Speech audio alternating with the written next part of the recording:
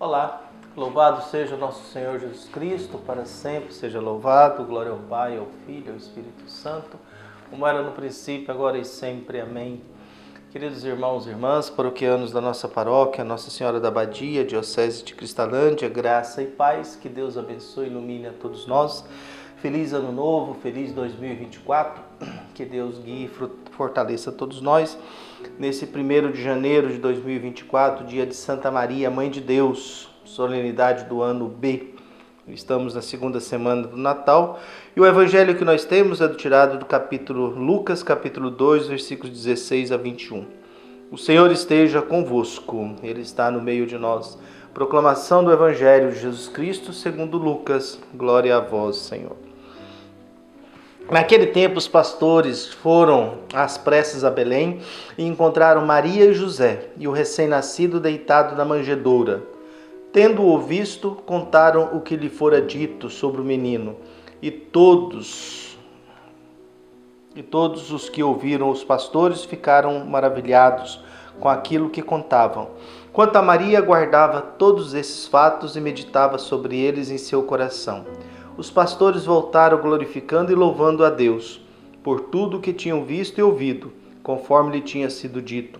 Quando se completaram o 8º dia para a circuncisão do menino, deram-lhe o nome de Jesus, como fora chamado pelo anjo antes de ser concebido. Palavra da salvação. Glória a vós, Senhor. Queridos irmãos e irmãs, unidos na fé, nessa segunda-feira, começando este ano, a gente renova dentro de nós a certeza e a esperança de que a gente continue construindo a nossa história, continue construindo a nossa vida, a gente continue dando passos, a gente continue celebrando o tempo que nós temos, na certeza de que todas as vezes que a gente para ouvir a palavra de Deus, tem algo para nos ensinar. A primeira coisa que acontece após o nascimento de Jesus é os pastores que recebem o anúncio: o Salvador chegou.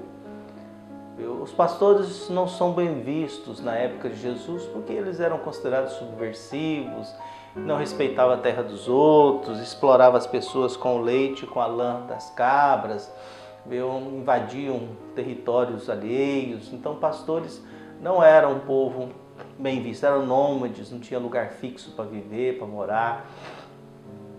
Então viviam perambulando pelo mundo e por isso eram considerados muito maus, eram considerados que tinham uma péssima visão. Mas eles recebem a leitura, recebem a mensagem de que o Salvador nasceu.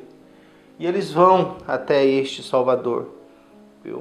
Os pastores foram às pressas, da mesma forma que Maria teve pressa de ir a Isabel, Zacarias tem pressa de descer da árvore para receber Jesus. Os pastores foram às pressas ver o que eles tinham em Belém. E lá encontraram Maria, José e o recém-nascido numa manjedoura. Lembrando que manjedoura para nós é um coxo que se coloca alimento para os animais.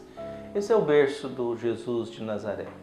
O berço de Jesus de Nazaré é feito numa gruta, é feito de um casal pobre que não achou lugar para se hospedar entre os parentes, e é feito também de um berço que é um coxo, que é uma manjedoura.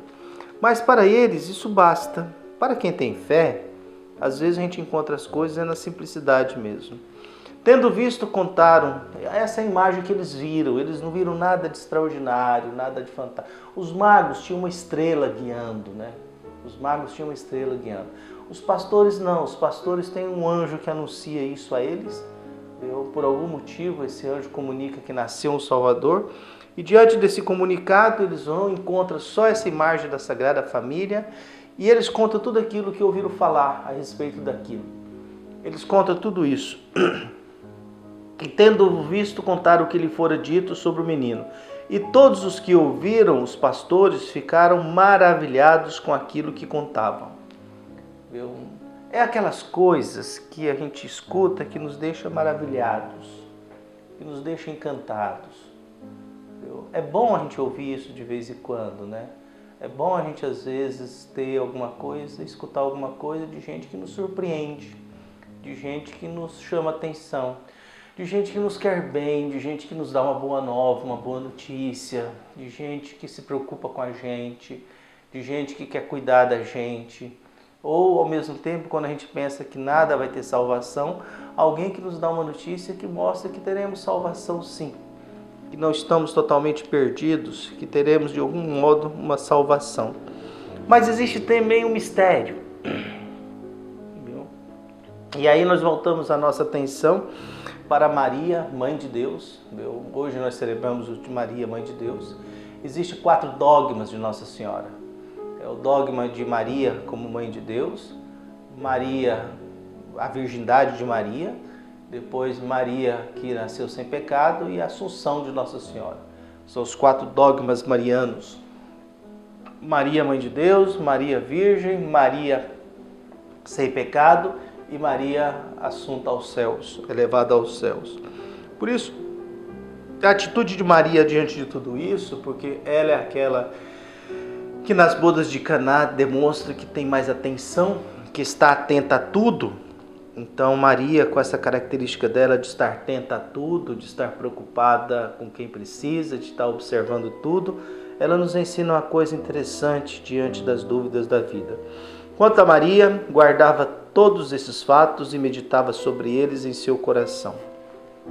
Guardar todos os fatos e meditar sobre eles em seu coração significa: eu não estou entendendo nada, mas eu vou guardar isso, vou meditar, vou refletir, porque em algum momento pode ser que eu consiga entender.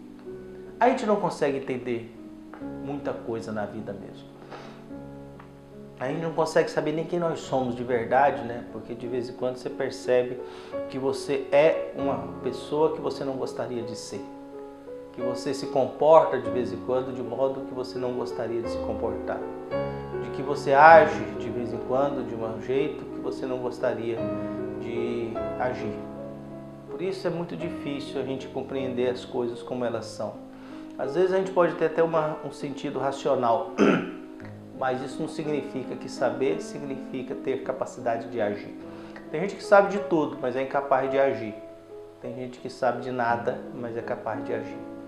O que Maria está fazendo diante desses pastores que estão dizendo coisas, depois diante de Simeão, diante de Ana, diante dos magos, diante de tanta informação, tanto reconhecimento, Maria não está sabendo bem o que está acontecendo, quem é esse filho dela, até que para uma mãe é complicado perceber que o filho é maior do que a própria mãe.